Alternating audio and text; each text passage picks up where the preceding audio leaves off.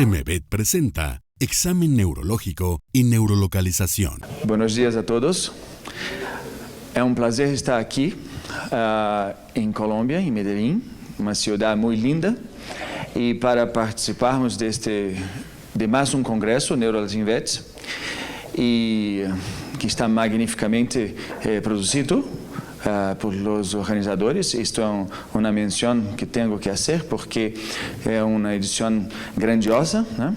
E a segunda coisa que tenho que falar antes de começar a fazer a charla é que há muitos anos tento falar espanhol, mas não consigo sair do portunhol. Então, por favor, um pouquinho de paciência para, se não entende algo, por favor, levanta as mãos, ok? E a mim foi confiada a tarefa de fazer uma exposição em 50 minutos a respeito do exame neurológico e neurolocalização. Isto não é muito sencillo, porque normalmente falamos de 4 a 6 horas neste tema. Então, vamos fazer um apanhado, temos uns vídeos que vão recordar a vocês todos os principais objetivos do exame neurológico, ok? Bueno, para que necessitamos do exame neurológico, né? Confirmar a participação do sistema nervioso. Nós recebemos muitos casos que em realidade são poliartrites, poliartroses, são doenças endócrinas e que ou a participação do sistema nervioso é nula ou é secundária, ok? Então, o exame neurológico é muito importante para que podemos dizer, este perro, este gato, tem um problema no sistema nervioso. Hacer la neurolocalización, porque por ser un sistema muy largo, nosotros tenemos que saber en qué punto está el problema. Está en el cerebro, está en la médula lumbosacra, está en los músculos. Entonces, esto nos trae una informação de suma importância, incluso para elegir as pruebas diagnósticas que mais tarde iremos necessitar. Definir uma lista de diagnósticos diferenciais. Nós não podemos tocar o sistema nervioso, não podemos ter um contato direto, exceto a papila óptica, não há como ter um contato direto com o sistema nervioso. Então, nós precisamos de fazer as provas indiretas e ter muito claro uma lista de diagnósticos diferenciais, porque isso ajuda muito a fazer o correto diagnóstico. Isto para todas as especialidades de medicina, mas em especial importância para o sistema nervioso. Estabelecer um plano diagnóstico. Muitos de nós trabalhamos em la prática privada e se não temos um plano diagnóstico, nos quedamos um pouco perdidos e gastando mais dinheiro do que necessitamos para ser o mesmo, que é o correto diagnóstico. E aos proprietários isto não é bueno. Não é bueno e se quedam muito nerviosos com a condição de muitos gastos. A neurologia é uma especialidade muito custosa, na maioria das vezes. E lógico, estabelecer o prognóstico, se possível. Então, devemos seguir em la investigación de este perro, gato, su molestia, su enfermedad, tiene un prognóstico o no, ¿no? Esto importa. Bueno, la primera cosa que tenemos que hacer es la identificación del paciente y de su especie. Son distintos problemas, distintas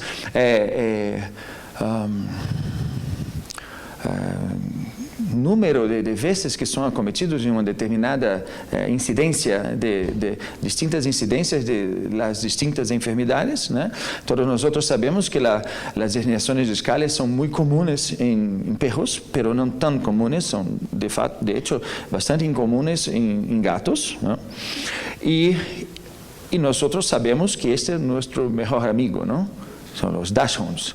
Eles têm uma quantidade de hérnia discal tão importante que na maioria das vezes, se quedam paralisados, já praticamente sabemos o diagnóstico. Uma vez ou outra, temos outras coisas, mas a maioria das vezes, a hérnia discal é o mais importante. Os poodles, o mesmo, caniche, né? Chamado, é a mesma coisa, muitas hérnias e muitas doenças inflamatórias, epilepsia e tudo mais, né? O pequinês que está regressando a nosso meio, está voltando, tem muitos problemas com herniações discales, alguns tumores e epilepsia, além de mau humor muito forte.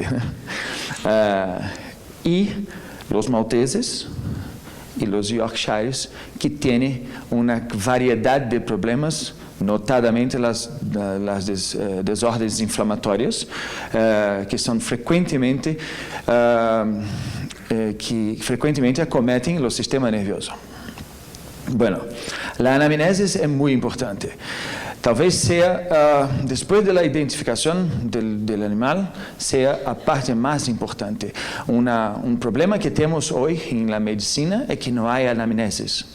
E a veterinária está seguindo por o mesmo caminho. E isto não é bueno. Não é bueno porque a anamnese lhe indica, na maioria das vezes, lhe estrecha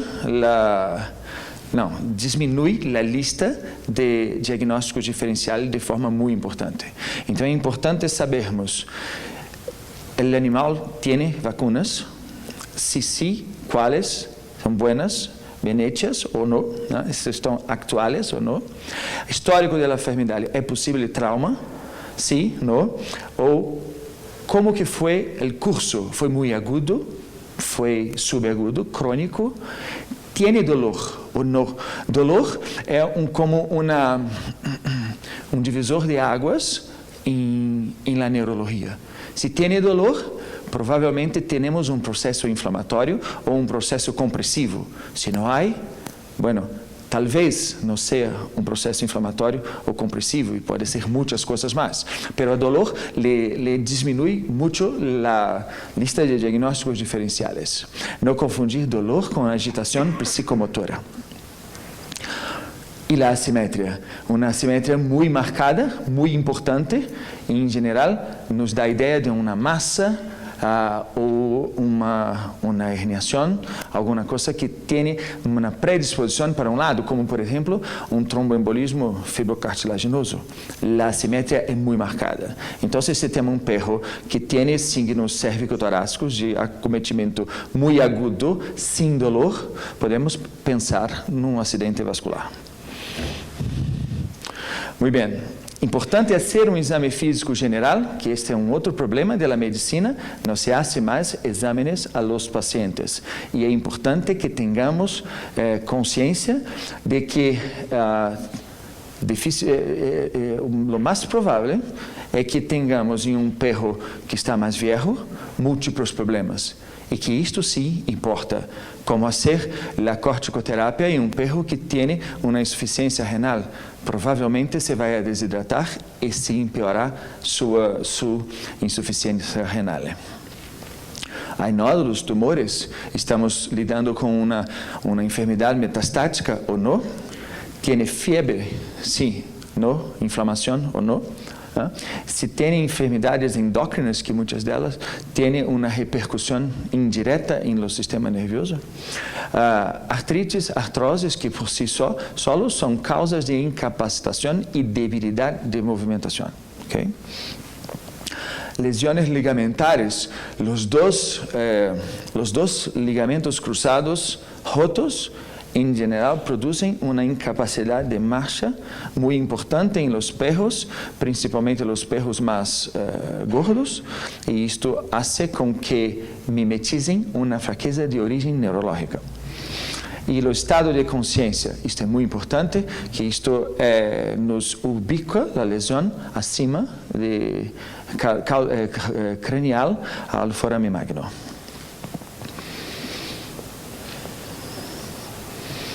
Ve este perro,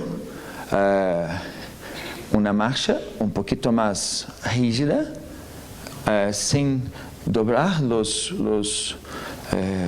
miembros, ¿no? Este perro, que es un caniche, con un pelo que tiene y una conformación corpórea que los llama atención para endocrinopatías. En este caso, hiperadrenocorticismo, ¿no? Entonces, eso nos lleva a pensar, ¿será que su marcha tan rígida, tan tensa, no tiene a ver con la pseudomiotonía do hiperadrenocorticismo? Sí, y en este caso era lo que la perra tenía, ¿no? Entonces, esto es importante porque en vez de invertirmos una cantidad de dinero muy grande buscando lesiones en el sistema nervioso, tenemos que buscar mucho más la endocrinopatía de base, ¿no? Bueno, el exame neurológico, que es el objetivo de esta charla, ele está muy bien resumido en este libro, que está en lengua española, del Dr. Pellegrino. Talvez sea hoy dos melhores livros que estão publicados em nossa língua em respeito a las bases de la neurología de cães e gatos. ¿Okay?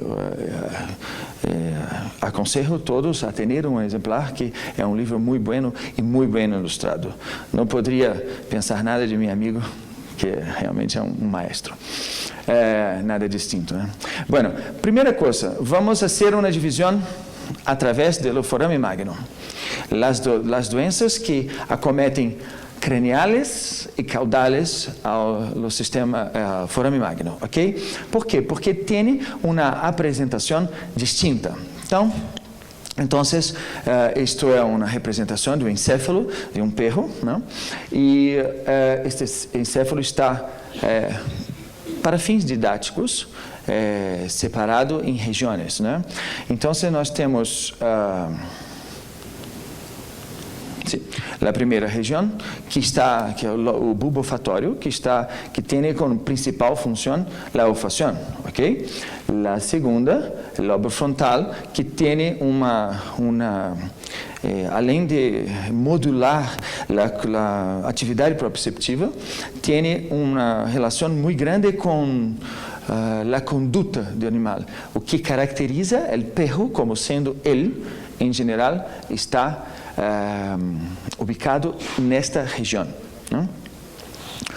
Nós temos o lobo parietal, que tem umas funções que são divididas com o lobo frontal. O temporal, que não é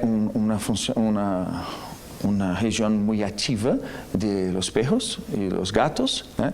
Pero que tem suas funções também relacionadas à conduta.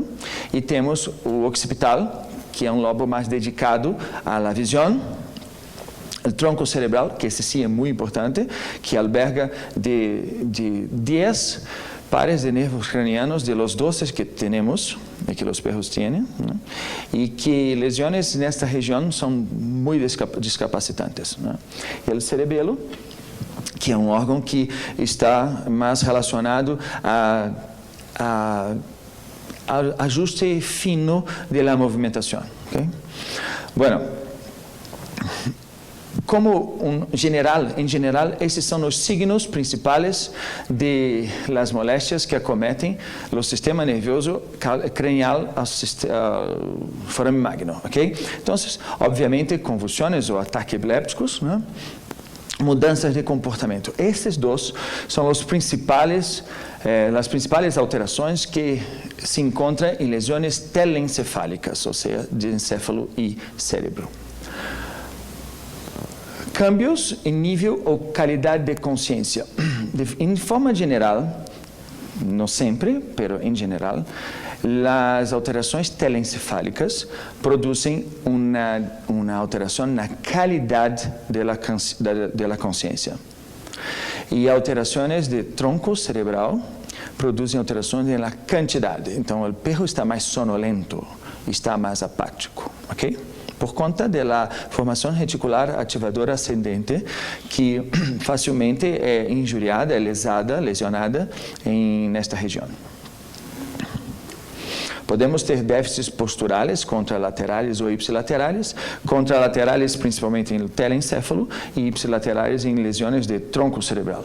Marcha em círculos. Marcha em círculos, isto é bastante visto, né? Principalmente uma marcha compulsiva, sem destino e principalmente à noite.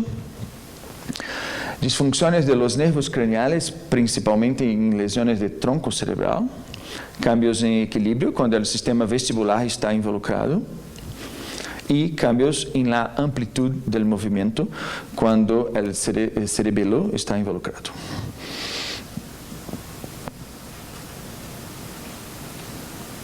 Bueno, ve este perro. Este perro está em um ambiente que está aberto, né? É um labrador, ou parecido com um labrador, e ele não tem uma noção para onde vai.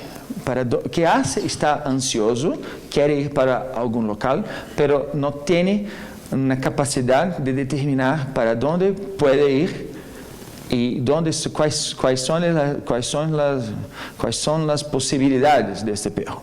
E que, em geral, tem suas lesões telencefálicas, em geral, tem reações posturales mantenidas e, ocasionalmente, déficits em la propriocepção. Ok? Bueno, o objetivo principal desse vídeo é mostrar a marcha, então, mas veja que temos déficit proprioceptivo, ok? Bueno. Mi computador está um pouquinho lenta hoje. Bueno, um signo de alterações telencefálicas é o que chamamos de head pressing. Eu não sei como se habla isso em espanhol, pero head pressing. E veja andar em círculos, muito apático, este perro, com uma lesão cerebral pura, este daqui já com uma encefalitis, né? Então, isso justifica a apatia, el andar em círculo, e note aqui neste vídeo, o estrabismo divergente que tem, mostrando as disfunções dos nervos cranianos, ok? E a apatia, quando os perros se quedam assim em uma mesa de consulta, né?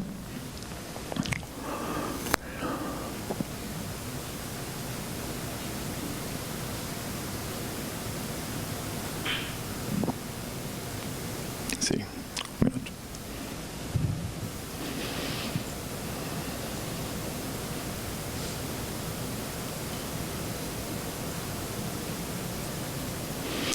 Bem, vamos ver se conseguimos agora. Bueno, aqui está, veja esta perra que tem um desvio de cabeça para o lado direito, pero com signos, com ausência de alterações proprioceptivas em lado direito, pero sim em lado esquerdo. E também um nistagmo, isto que chamamos de síndrome vestibular paradoxal, que é quando temos certas estruturas envolvidas, notadamente o pedúnculo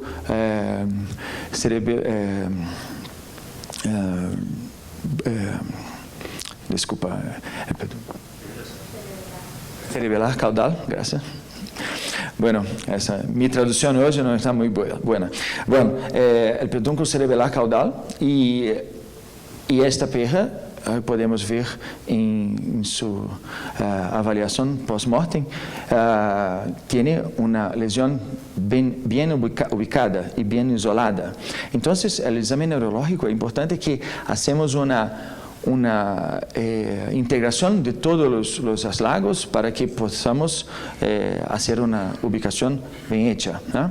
Então, esses são os signos mais importantes de las lesiones acima do foramen magno, pero há outros de nervos cranianos puros ou em conjunção com outras lesões. Então, o tronco encefálico, de forma simples, o mesencéfalo, tem o terceiro e quarto nervo craniano. Na ponte temos o quinto nervo motor, o núcleo de seu quinto nervo motor, e o bulbo, todos os outros, além da formação reticular ativadora ascendente, né? Então, veja esta perra, que tem pouquinho de síndrome de Horner bilateral e uma língua paralisada, com uma una dificultad muy grande de beber agua y de comer, ¿eh? Se puede notar que la lengua está completamente flácida. Pregunto a ustedes, ¿es posible una lesión de esta magnitud en una situación central, en una lesión de tronco que produzca una parálisis tan intensa sin afectar otros nervios craneanos? Posiblemente no, ¿no? Entonces, esta es una lesión que es periférica, solamente de los nervios 12º. Havia um osteosarcoma em base de crânio que involucrava esses nervios e as ramas simpáticas para o ojo. Bueno, aqui vemos um perro com um desvio de cabeça e associado a este desvio temos uma parálise de nervo facial. E este perro tinha um acidente vascular de tronco cerebral, isso já em uma fase mais avançada, mas recuperada. Então, a conjunção de la debilidade facial, da parálise facial, com o desvio de cabeça, nos leva a pensar em uma lesão de tronco cerebral. Ok. Aqui, um perro muito joven con una lesión congénita del sistema vestibular y vea que el desvío de cabeza es una constante en las lesiones vestibulares de oitavo par, de cerebelo y todo más. Cerebelo nem siempre, ¿no? Aquí una marcha normal, pero con desvío de cabeza, y aquí podemos ver el llamado estrabismo posicional. O perro que le disse a respeito da parálise facial. E neste momento já não havia o nistagmo. O nistagmo é um signo muito importante e é importante que você tenha em conta quanto tempo este nistagmo está presente, porque em las síndromes mais benignas ele tende a se desaparecer muito rápido, ok? E por último, alguns signos de lesões cerebelares, principalmente a ataxia de cabeça e de tronco, e que muito frequentemente pode se interromper quando o perro não tem a intenção de movimento. Por isso é chamada de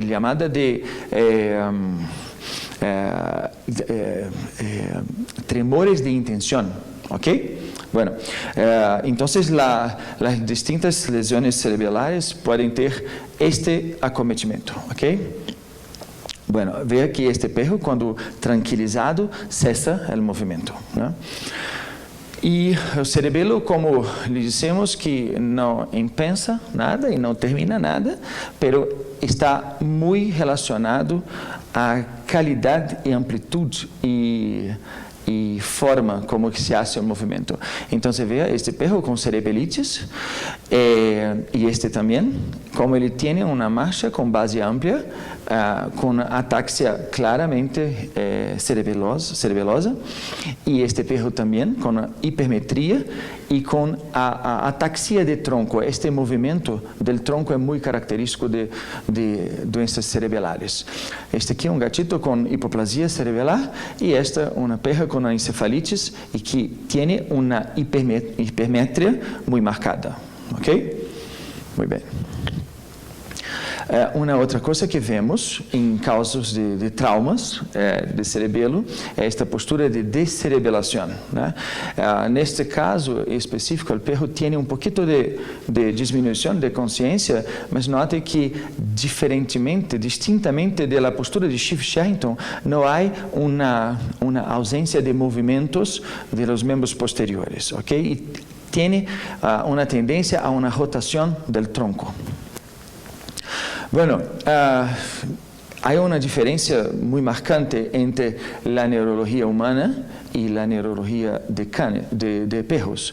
Vea que los humanos hacen una inervación directa del neurona motora inferior y que esto hace con que una lesión cerebral tenga una influencia directa en la movimentación. Pelo perro, não tanto porque há interneurônio que hace outras conexões, então uma grande lesão cerebral não necessariamente produzirá uma importante perda de força dos membros contralaterais, né?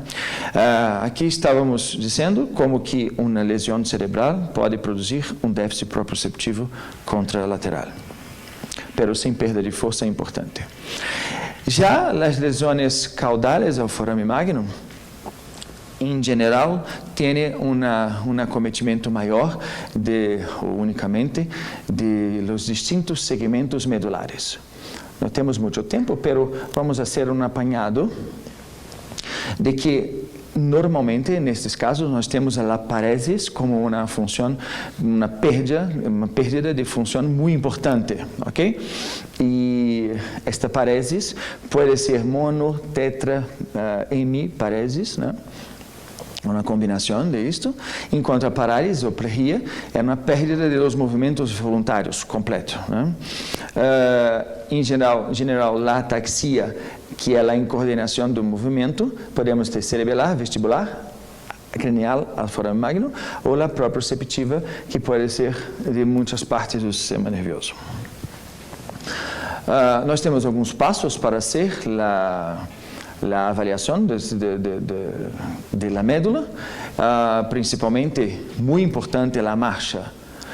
Se tu trabalha em uma sala muito pequena, é muito difícil fazer uma correta avaliação da marcha. Saia para um local que pueda haver o perro, o gato é mais difícil, porque o gato não se camina em sala pequena ou não, mas tem vídeos, né, que podem ser utilizados, e camine com o perro, porque a marcha lhe dá muitas informações importantes em respeito à possível ubicação da lesão, né? Avaliamos os nervos cranianos, isso é importante para saber, ter em conta que várias doenças são multifocais. Dolor paravertebral tem uma capacidade muito grande de fazer uma localização mais precisa de las lesões, né? As reações proprioceptivas, em quais membros que elas estão presentes, alteradas, né? E os reflexos segmentares, né? A sensibilidade tem que ser muito bem vista. Muitos animais, notadamente os felinos, mesmo que não tenham sensibilidade em los membros, têm um reflexo flexor muito importante. E este reflexo flexor muito importante lhe dá a impressão de que talvez pueda haver sensibilidade. E nem sempre isto é verdade.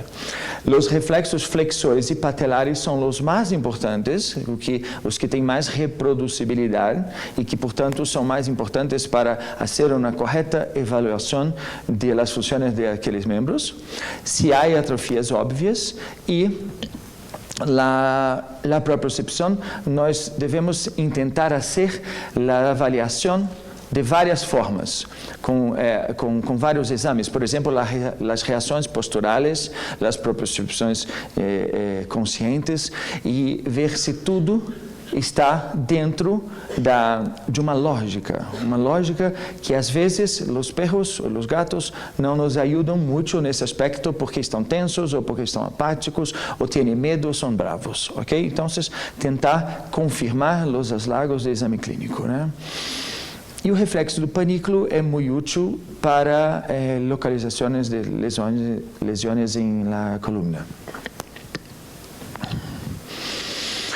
Se nós fazemos um esquema do sistema nervioso e que nós pensamos que acá, em núcleo rubro, seria o principal generador de movimentação, então nós podemos pensar que temos um sistema de neuronas que nos saem do sistema nervoso central e que são chamadas de neurona motora superior. e que se conectam com outras neuronas que saem do sistema nervoso central, que são os nervos, e que são chamados de neurona motora inferior. Cada uma delas tem sua função principal. As superiores são moduladoras das inferiores, são as efetoras. Tendo isto em mente, podemos pensar em alguns pontos distintos de sinais clínicos. Então, uma lesão cervical tenderá a ser com que todos os membros tenham sinais de disfunção de neurona motora superior, ou seja, um neurônio motor sem modulação tende a ser hiperativo, ok? Se nós temos uma lesão toracolumbar, isto tende a poupar os membros anteriores e produzir um sinal de lesão de neurona motora superior em los membros posteriores. Quando temos a destruição das intumescências, neste exemplo, a lombosacra, temos a destruição em diversos grados das neuronas motoras inferiores e, portanto, se há uma perda da função. Ok? E, por último, se temos uma lesão em la intumescência cérvico-torácicas, temos uma associação de lesão de neurona motora inferior com neurona motora superior em los membros posteriores. Obviamente, temos também as lesões múltiplas de neurona motora inferior, né? São que chamamos de enfermidade dos nervios periféricos. E se nós temos uma lesões múltiplas, a que prevalecerá será a das neuronas motoras inferiores. Portanto, em casos, por exemplo, como trauma, é importante ter isto em conta, porque se há uma expressão de neurona motora inferior, temos que buscar por outras lesões mais arriba, mais craniales. ¿Okay? Bueno, entonces, se temos uma lesão, por exemplo, em segmento C1 ou C5, ou seja, produção de lesões de neurona motora superior nos 4 membros, os lagos clínicos serão, via de regra, uma hiperfunção de los 4 membros, com ou sem tetraparesis. Né? Com distintos grados de tetraparesis.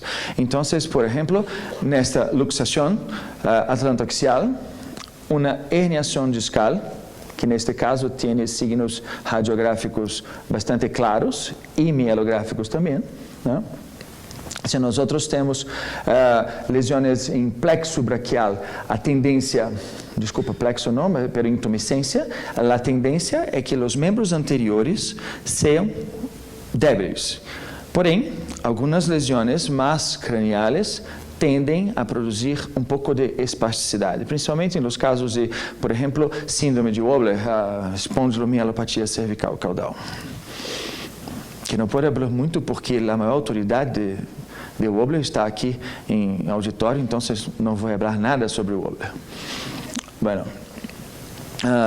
com frequência, em lesões desse tipo de intumescência, nós temos uma representação clínica importante que é a síndrome de Horner, principalmente por conta desta conexão entre as neuronas de primeira ordem e os ramos intercomunicantes, né?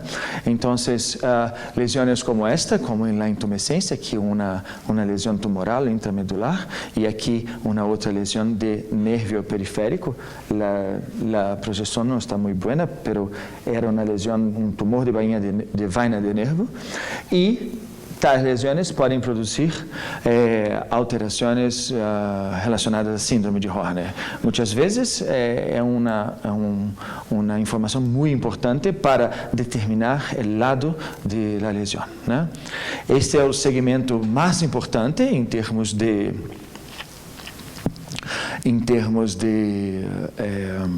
incidência de lesões. O segmento toracolumbar ele é muito importante e frequentemente lesões como esta, que são herniações discales, produzem a postura de Schiff-Sherrington, que nada mais é do que uma diminuição da inibição que la intumescencia lombosacra produce en la intumescencia cervicotorácica. Entonces, el examen neurológico está normal, pero con un poco de espasticidad. ¿Okay?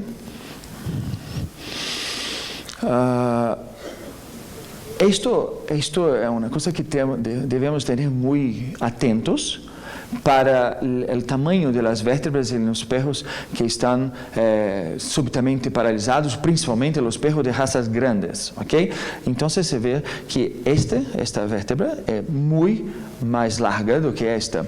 E aqui conseguimos ver claramente a diferença de tamanho. Isso, em geral, são produzidas por fraturas de impactação, por lesões de corpo vertebral, por exemplo, em osteosarcoma. Pelo menos em minha cidade, é muito frequente em los Rottweilers, ok? É uma região frequente para produzir lesões. E, lógico, temos as herniações discales, produzem compressões importantes da médula, né? E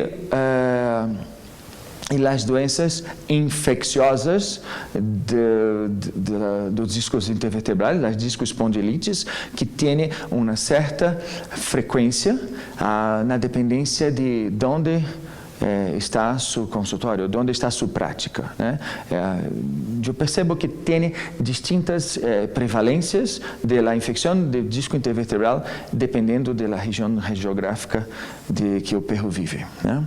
E por último, na região lombosacra, que tende a produzir uma debilidade de los membros posteriores, na dependência de quantas lesões que tem, qual a magnitude da lesão, o perro pode estar plégico ou não, ok?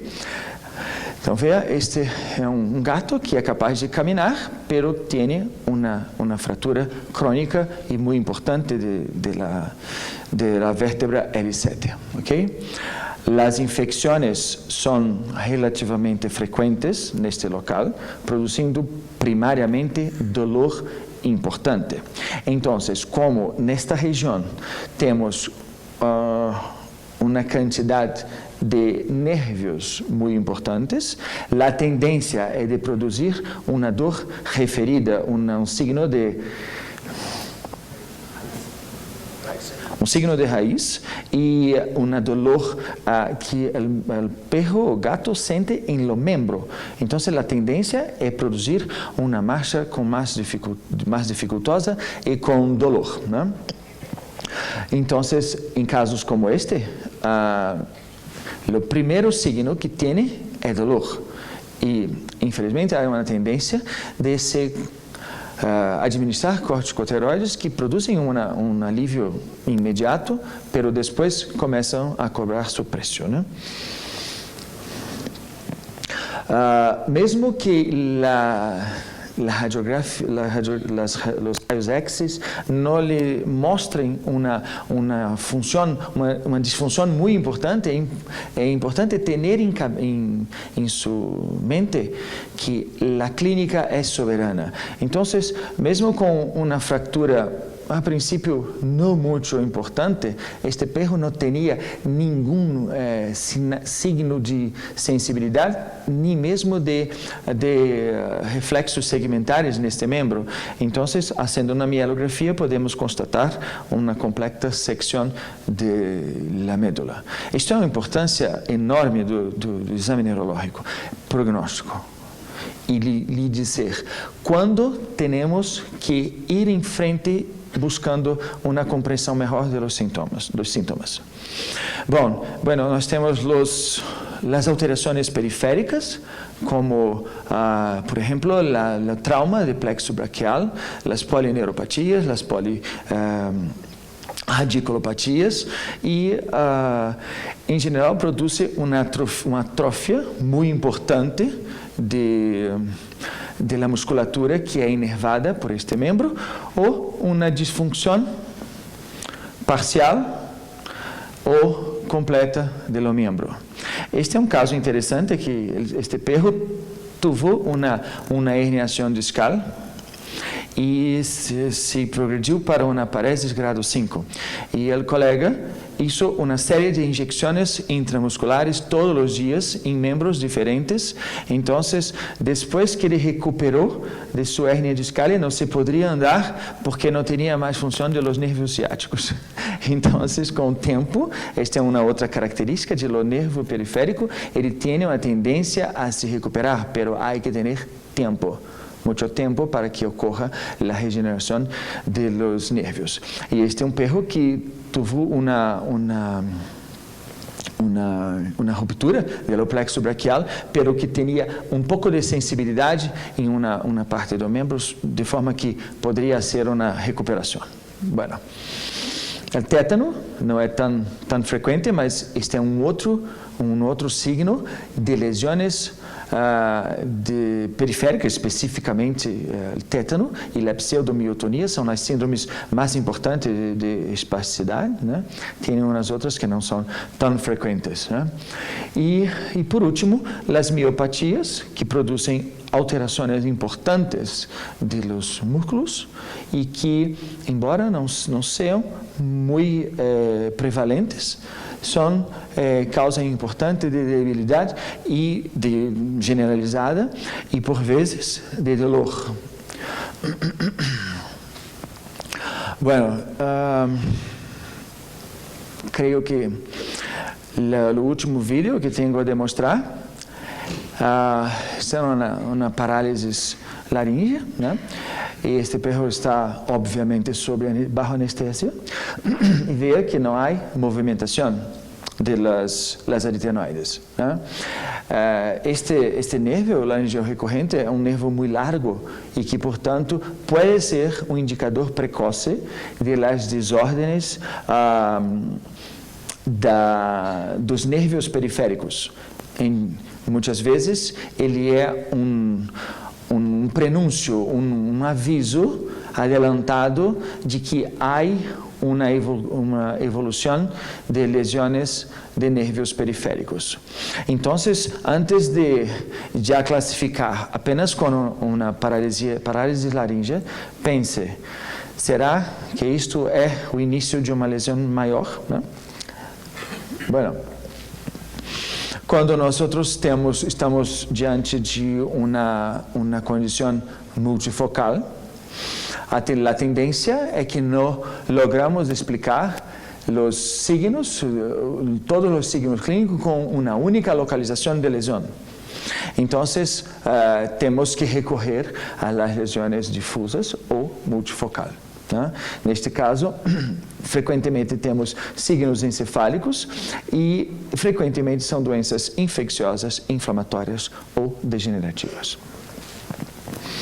Los diagnósticos diferenciales, importante que analicemos os dados que logramos obter de um bom exame físico e neurológico. Isso é importante, conforme já falei, poner atenção a los detalhes e principalmente escute o proprietário. Ele conhece seu perro ou gato muito melhor que vocês, ok?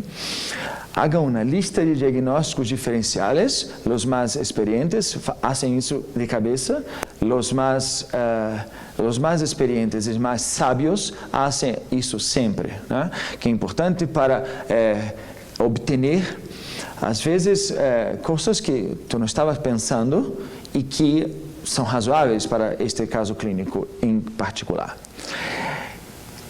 Eu prefiro pensar que as coisas incomuns, eu penso depois, porque elas ocorrem, pero o mais comum é o que vem primeiro em minha cabeça e depois vamos pensando nas coisas mais incomuns.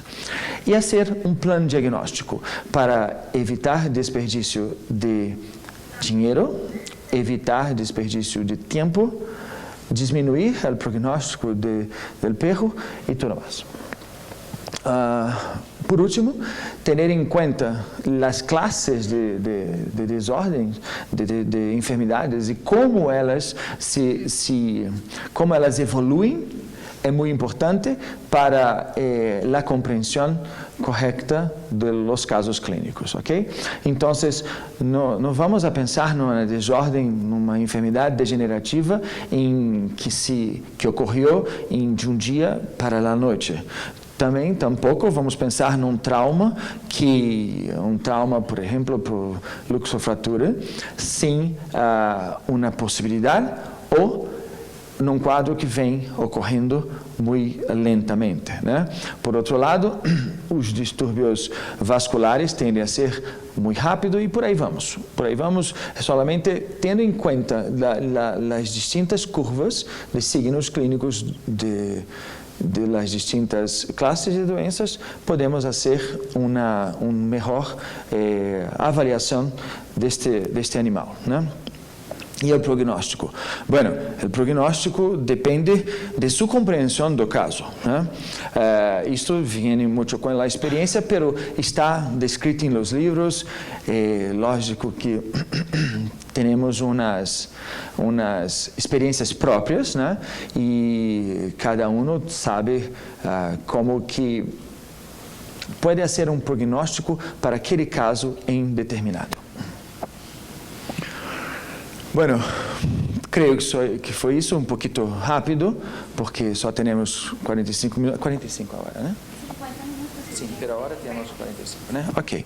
Então, isto é tentamos fazer uma exposição geral dos princípios do exame clínico e se há perguntas, estamos aqui para respondê-las. Gracias. Agradecemos a nuestros patrocinadores su participación para hacer posible la realización de este video.